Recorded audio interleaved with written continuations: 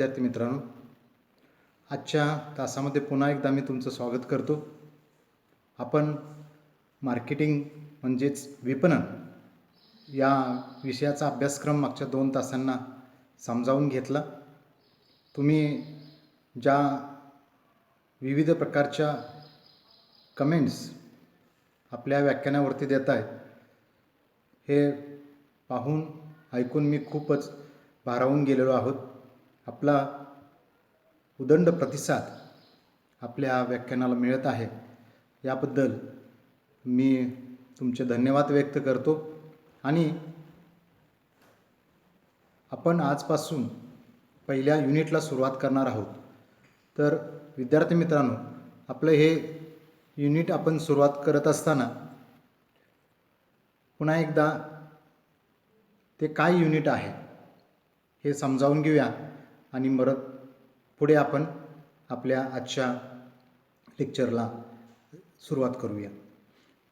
आपण वही आणि पेन हे बरोबर घेऊन बसलेला असावा अशी अपेक्षा करतो. नसेल तर पटकन घ्या, कारण या ठिकाणी जे काही शॉर्ट नोट्स आहेत या तुम्हाला खूप महत्त्वाचे आहेत. या शॉर्ट नोट्सवरून तुम्ही एका वाक्यावरून 5 वाक्य तयार करून लिहू शकता. इतक्या छानपैकी आपण नोट्स प्रिपेअर केलेले आहेत. तर पहिलं जे युनिट आहे इंट्रोडक्शन म्हणजे ओळख. आपला जो विषय आहे प्रिन्सिपल ऑफ मार्केटिंग, याची ओळख या युनिटमध्ये आपल्याला करून घ्यायची आहे.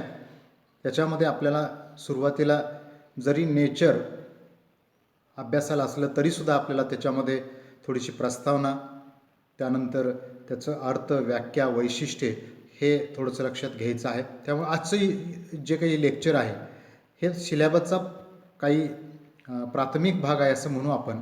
आणि त्यानंतर मग आपण नेचरला जाणार आहोत. स्वरूप आपल्याला अभ्यासायचं आहे म्हणजे नेचर. स्कोप म्हणजे व्याप्ती आपल्याला अभ्यासायची आहे. आणि इम्पॉर्टन्स म्हणजे महत्त्व. म्हणजे स्वरूप, व्याप्ती आणि महत्त्व विपणनाचं आपल्याला अभ्यासायचं आहे. त्यानंतर इव्हॅल्युएशन ऑफ मार्केटिंग कन्सेप्ट. सुरुवातीला आपण व्यवस्थापनाचा ज्यावेळेला अभ्यास केला त्यावेळेला तिथं उगम अभ्यासला, परंतु या ठिकाणी स्वतंत्र मार्केटिंग कन्सेप्टची इव्हॅल्युएशन म्हणजे उत्क्रांती अभ्यासायची असल्यामुळं ते आपण सुरुवातीला अभ्यासत नाही. त्यानंतर आपल्याला मार्केटिंग इन्व्हायरमेंट याचा एक आपल्याला अभ्यास करायचा आहे. इतकंच एक छोटंसं युनिट आपल्याला अभ्यासायचं आहे. तर आपण पुढच्या भागाकडे जाऊया. थोडीशी प्रस्तावना लक्षात घेऊया. प्रस्तावना लक्षात घेत असताना आपल्याला माहीत आहेत की मानवाच्या ज्या काही प्राथमिक गरजा आहेत त्या अन्न, वस्त्र, निवारा आहेत. या 3 गरजा आपण प्राथमिक गरजा समजतो. आणि तुम्ही मागच्या वर्षी इकॉनॉमिक्समध्ये अर्थशास्त्रामध्ये शिकला असाल, म्हणजे आरोग्य आहे, शिक्षण आहे, मनोरंजन आहे, ह्या गरजासुद्धा आता त्याच्यामध्ये वाढलेल्या आहेत. त्यासुद्धा तितक्याच मूलभूत जरी नसल्या तरी अत्यावश्यक बनलेल्या आहेत, हे आपण लक्षात घेतो. विद्यार्थी मित्रांनो, ह्या गरजा किती याच्यापेक्षा त्या गरजा ह्या पूर्णपणे आपल्या हाताबाहेरच्या म्हणजे असंख्य आहेत, अमर्यादित आहेत.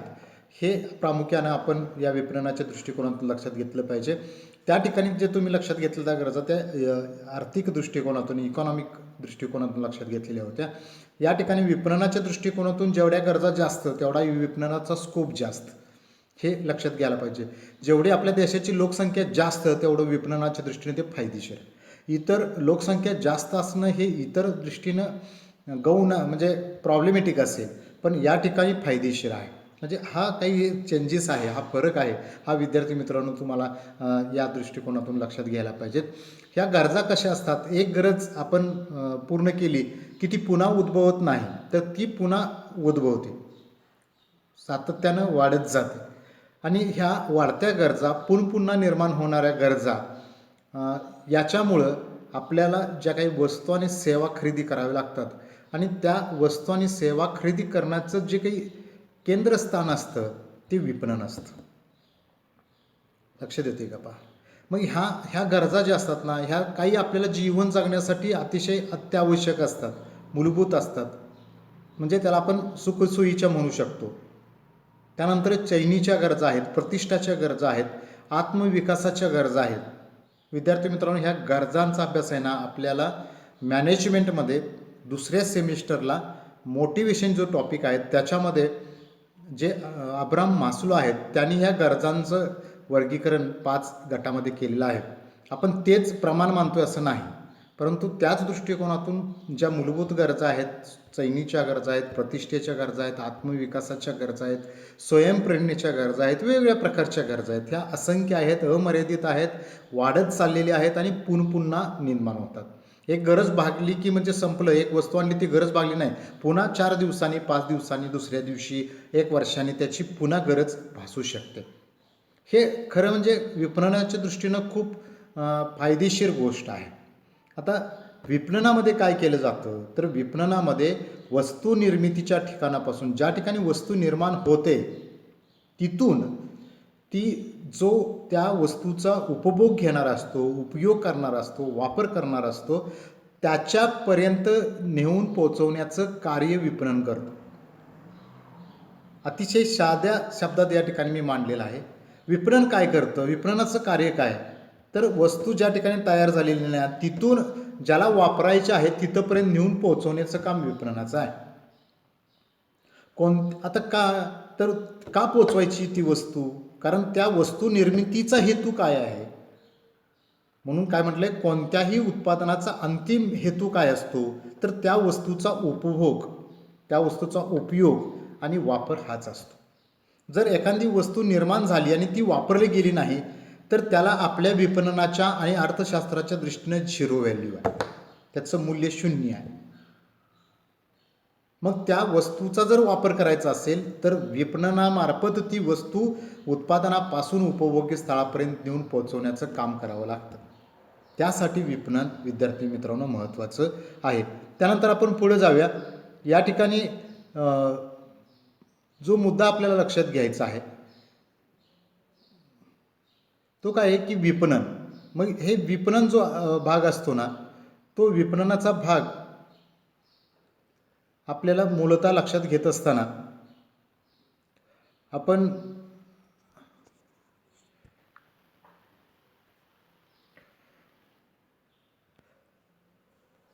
हा जो विपणनाचा भाग आपण लक्षात घेत असताना विपणनाचा संबंध कोणाकोणाशी येतो तर मगाशी मी सांगितलं की जेवढी लोकसंख्या तेवढ्या सगळ्यांशी येतो. अगदी म्हणजे 1 दिवसाचं मूल असं म्हणत नाही मी, ते ज्यावेळेला आईच्या उदरामध्ये असतं तिथंपासून ते अगदी त्याच्या शेवटच्या मृत्यूपर्यंत, म्हणजे प्रत्येक व्यक्तीशी संबंध असतो विपणनाचा, आणि तो अगदी जन्मापासून जे सुरू होतो तो अगदी मृत्यूपर्यंत असतो. म्हणजे प्रत्येक व्यक्ती, म्हणून वाक्य काय केलं, प्रत्येक व्यक्ती तिच्या जन्मापासून ते मृत्यूपर्यंत विपणन कार्यात गुंतलेली असते.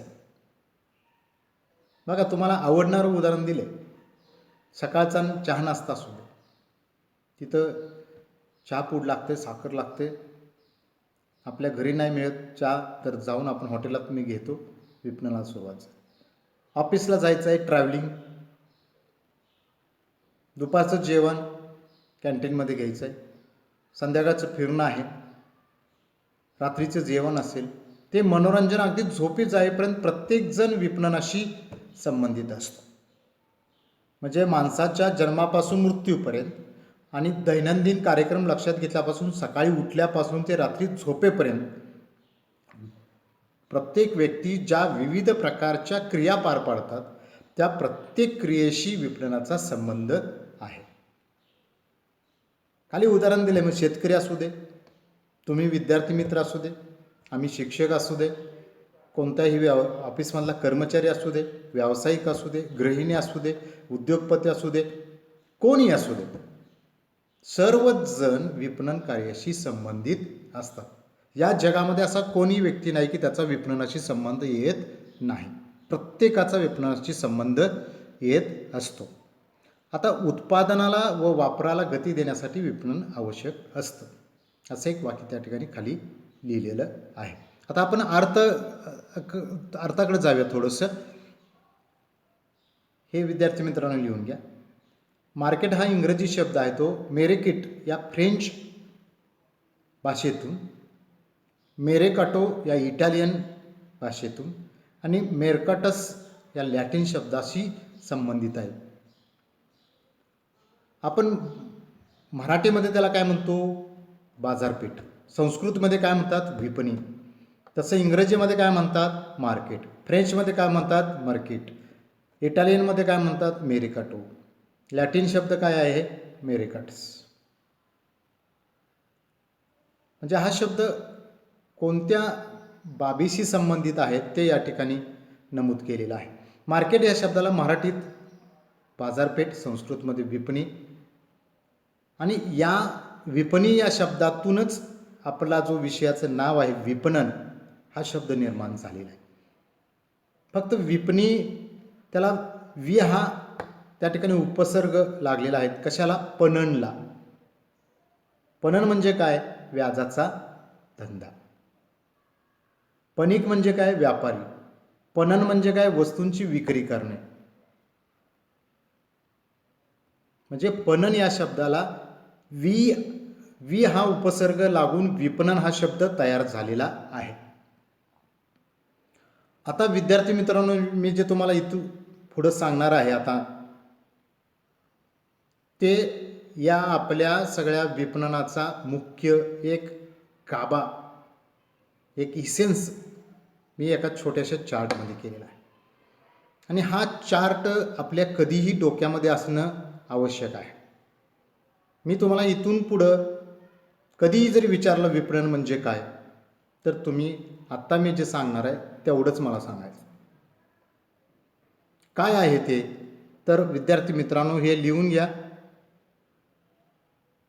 याच्यामध्ये काय? विक्रीपूर्वक कार्य. अधिक चिन्ह वर गेलंय. अधिक विक्री, अधिक विक्रेतर सेवा बरोबर विपणन. आता हे लक्षात कसं ठेवायचं? तर मधला भाग जो आहे आपला विक्री तो लक्षात घ्यायचा. विक्री, त्याच्या अगोदर काय? विक्रीपूर्व काय झाला तिथं? कार्य पाहिजे. विक्रीपूर्व कार्य पाहिजे तिथं. विक्रीपूर्व कार्य, विक्री आणि विक्रेतर सेवा बरोबर विपणन. विक्रीपूर्व कार्य पाहिजे, काय झालंय तिथं. तर विपणन म्हणजे काय विद्यार्थी मित्रांनो? विक्रीपूर्व कार्य आणि विक्रेतर सेवा. विपणन म्हणजे विक्री नव्हे फक्त. मग फक्त विक्री असेल तर मग विपणन शब्द कशासाठी वापरायचा? म्हणजे विक्री करण्यापूर्वी काय काय करावं लागतं आणि विक्री केल्यानंतर काय असतं, या सगळ्याचा अभ्यास हा आपल्याला या विषयामध्ये करायचा आहे. त्यामुळे मला इथं थोडक्यात सांगता येणार नाही तुम्हाला विक्रीपूर्व कार्य कोणती, विक्रेतर सेवा कोणत्या, याच्यावरतीच तर आपले पुढचे सगळे टॉपिक अवलंबून आहेत. विक्रीपूर्व कार्याशी संबंधित आहेत, विक्रीशी संबंधित आहेत, विक्रेतर सेवेशी संबंधित आहेत. म्हणजे एकंदरीत कंप्लीट मार्केटिंग, विपणन म्हणजे या 3 शब्दांची गोळाबेरीज. कोणत्या 3 शब्दांची गोळाबेरीज? तिसऱ्यांदा मी सांगतो. विक्रीपूर्व कार्य, विक्रेतर सेवा बरोबर विपणन.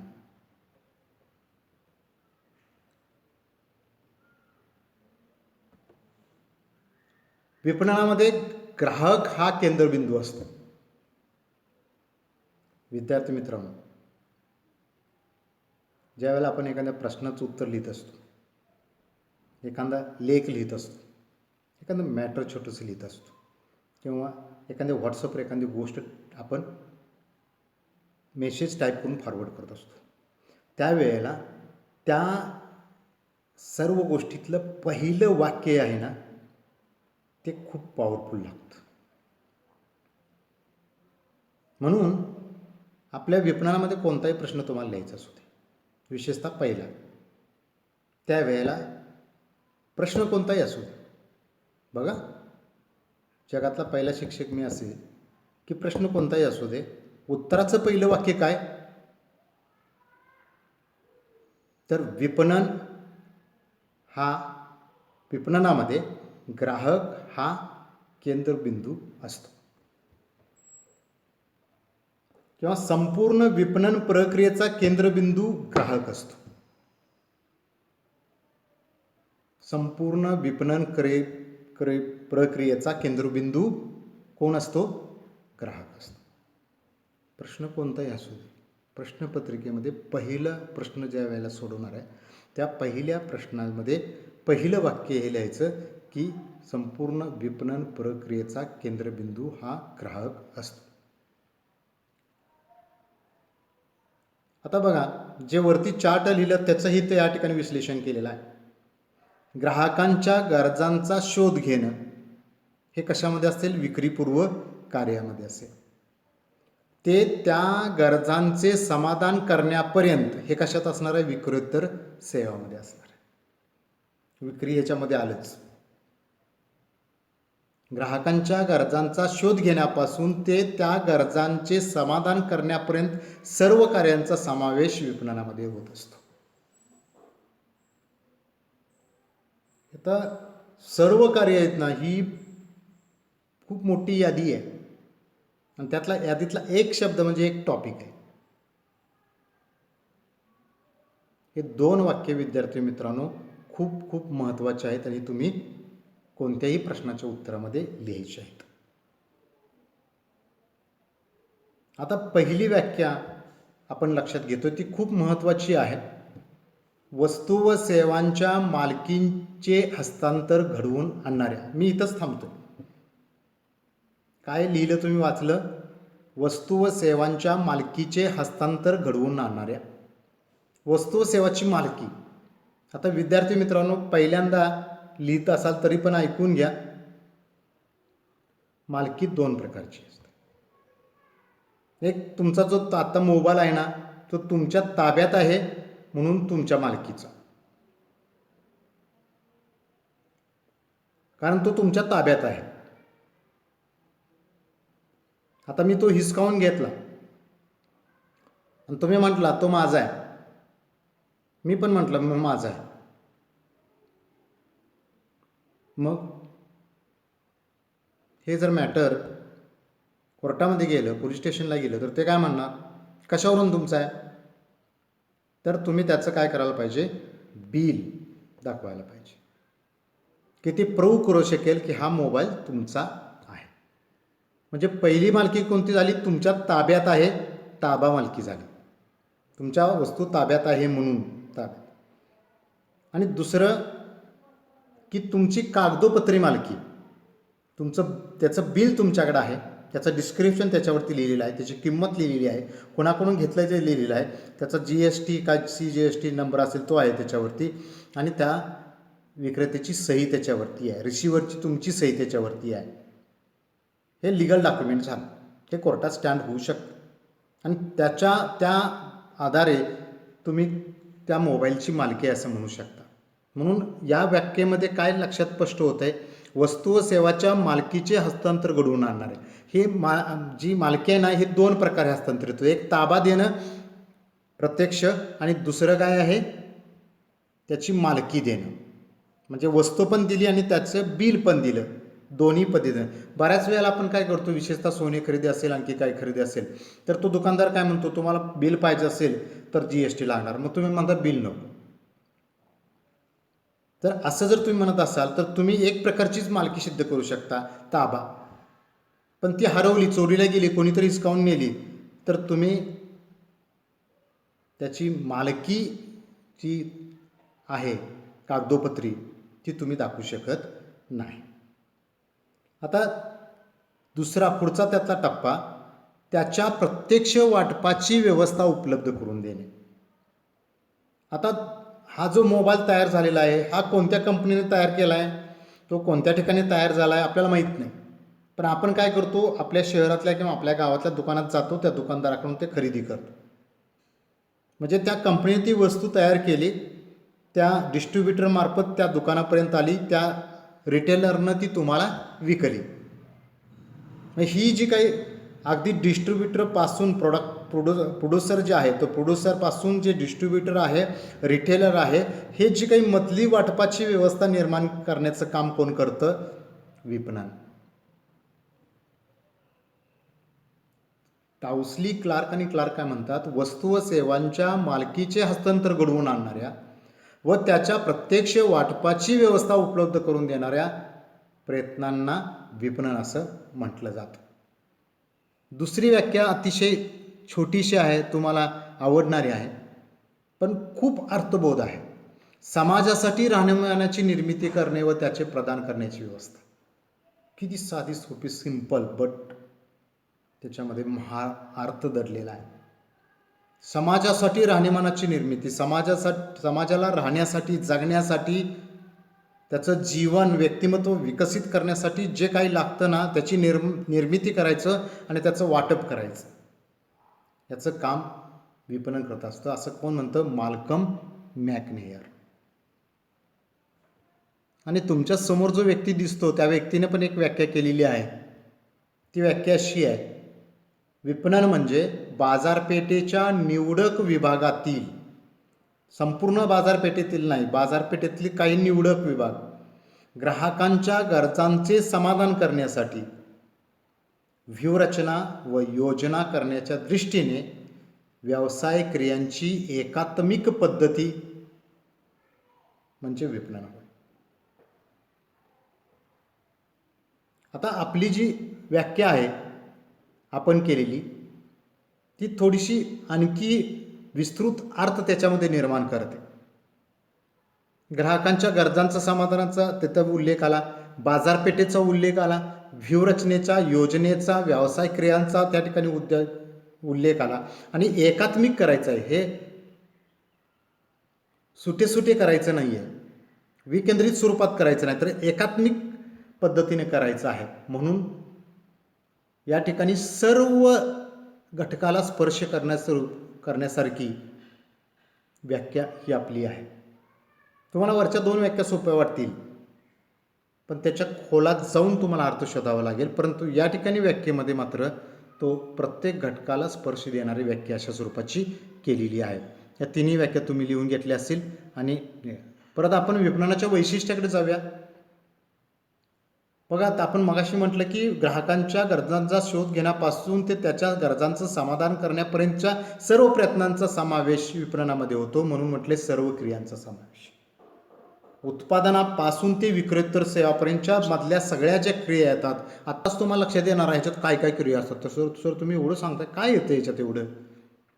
विद्यार्थी मित्रांनो, त्याच्यामध्ये जे येतंय ना ते खूप मोठं विस्तृत आहे, भलं मोठं आहे, व्यापक आहे.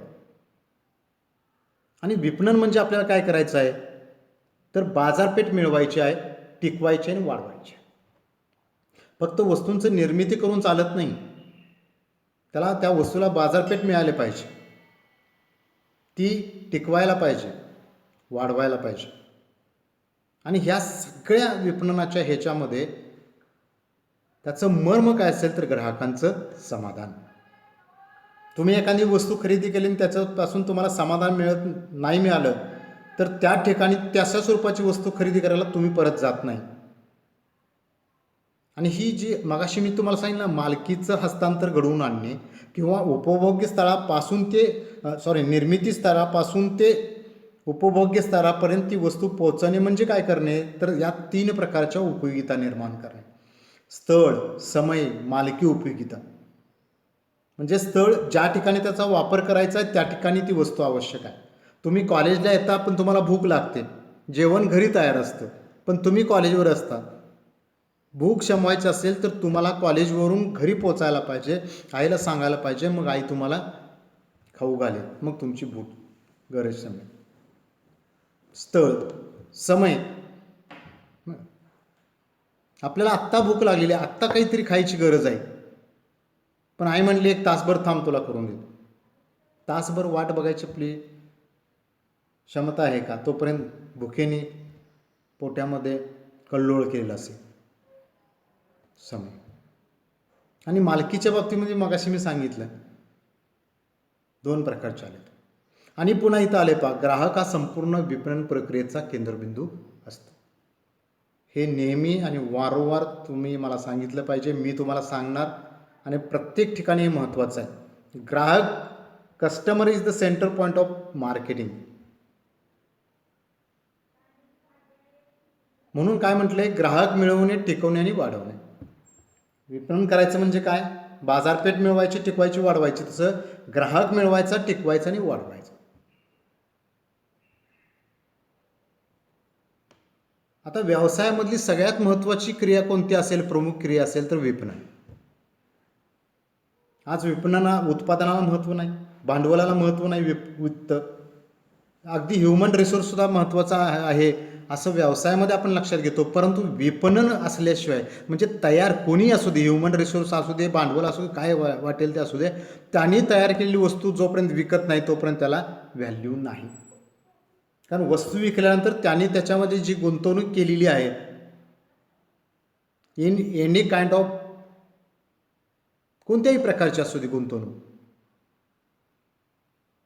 कोणत्याही टर्म्समधली गुंतवणूक असू दे, वस्तूची विक्री झाल्याशिवाय ती परत मिळत नाही. म्हणून मार्केटिंग महत्त्वाचं आहे. त्यानंतर राहणीमानाची निर्मिती, त्या व्याख्येमधलाच हा शब्द आहे. गरजा भागवायचा ताच म्हणलं जात नाही, राहणीमानाची निर्मिती करायची, त्याची जीवनशैली सुधारायची. वाक्यामधला शब्दामधला फरक मी काली म्हटलं मागच्या कुठल्या तरी लेक्चरला, असं म्हटलं की हा बोर्डामधला आणि विद्यापीठातला हाच फरक आहे. त्या ठिकाणी जे साधे साधे छोटे छोटेसे शब्द वापरत होता, या ठिकाणी अर्थपूर्ण आणि त्या शब्दामध्ये फार मोठा अर्थ असणारा, व्यापक स्वरूपाचा, विस्तृत स्वरूपाचा भाग असणारा असा पॉवरफुल वर्ड तुम्हाला वापरावा लागतो. किती साधा शब्द, राहणीमानाची निर्मिती करणे, पण राहणीमानाची निर्मिती करण्यासाठी काय काय करावं लागतं, अहो कितीतरी करावं लागतं आणि माणसाचं उभं आयुष्य त्याच्यासाठी खर्च होतं. एखादा नोकरदार आयुष्यभर नोकरी करतो आणि शेवटी काय करतो तर घर बांधतो. म्हणजे तुझं 40-50 वर्षाचं आयुष्य गेलं तोपर्यंत कसं राहिलं महत्त्वाचं नाही, पण आता शेवटच्या टप्प्यात आलायच आयुष्याच्या, त्यावेळेला 10 वर्षासाठी 12 वर्षासाठी घर बांधतोय आणि त्याच्यात राहतो. राहणीमानाची निर्मिती करणं हे सुद्धा याच्यामध्ये खूप महत्त्वाचं आहे. त्यानंतर विपणन कसं आहे, गतिमान म्हणजे सातत्यानं बदलते आणि कृतिशील प्रगतिशील क्रिया आहे. सातत्यानं डेव्हलपमेंट करावी लागते, प्रोग्रेस करावी लागते, ॲक्टिव्हिटी चेंज कराव्या लागतात सातत्याने, आणि आर्थिक, सामाजिक, शैक्षणिक प्रक्रिया आहे. विपणनामध्ये आपल्याला भरपूर शिकायला मिळतं. विपणन समाजासाठी मोठ्या प्रमाणावरती रोजगार निर्माण करतो. विपणन करणारे जे असतात त्यांना त्याच्यातून अर्थार्जन म्हणजे पैसे मिळतात. आणि विपणन कसं आहे, सतत चालणारी प्रक्रिया. आज माझं विपणन झालं, उद्या बघू असं म्हणून नाही चालत. जेवढ्या वस्तू तयार झालेल्या आहेत तेवढ्याच्या तेवढ्या विकल्या गेल्या पाहिजे बस. आणि विपणन हे एक तत्वज्ञान आहे. विपणन हे एक तत्वज्ञान आहे, फिलॉसॉफी आहे. तुम्ही ज्या वेळेला एखादी वस्तू खरेदी करत असताना त्यावेळेला काही तुम्ही तत्वांची जपणूक करता, किंवा काही गोष्टी, एखादं पुस्तक खरेदी केलं तर तुम्हाला त्याच्यातून ज्ञान मिळतं, तत्वज्ञान मिळतं. म्हणून विपणन हे एक तत्वज्ञान आहे असं म्हटलं जातं. तर विद्यार्थी मित्रांनो, आजच्या तासाला आपण सुरुवातीचा जो भाग आहे ना तो अजून आपण रितसर आपल्या अभ्यासक्रमातला जो पॉईंट आहे ना त्याला सुरुवात केलेली नाही. मग आपण आज काय लक्षात घेतलं तर पहिल्या युनिटमध्ये कशाचा अभ्यास आहे हे मी तुम्हाला सांगितलं. त्यानंतर प्रस्तावना लक्षात घेतली. प्रस्तावनामधली काही वाक्य तुम्ही लक्षात ठेवायला पाहिजेत. विपणन किती महत्त्वाचं आहे हे लक्षात घ्यायला पाहिजे.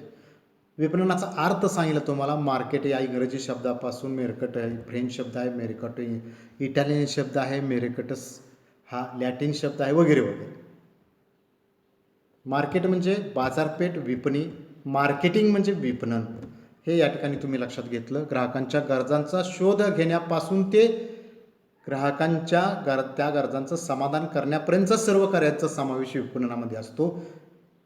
आणि या तासाला तुम्ही जर फक्त 5 महत्त्वाचे मुद्दे लक्षात घेतले तरी चालू शकतील. त्यातला पहिला आहे,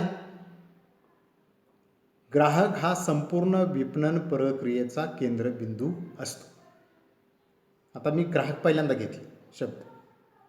मगाशी मी काय म्हटलं, संपूर्ण विपणन प्रक्रियेचा केंद्रबिंदू ग्राहक असतो. मी आता ग्राहकाला महत्त्व दिलं. काय दिलं? ग्राहक पहिला घेतला. ग्राहक हा संपूर्ण विपणन प्रक्रियेचा केंद्रबिंदू आहे.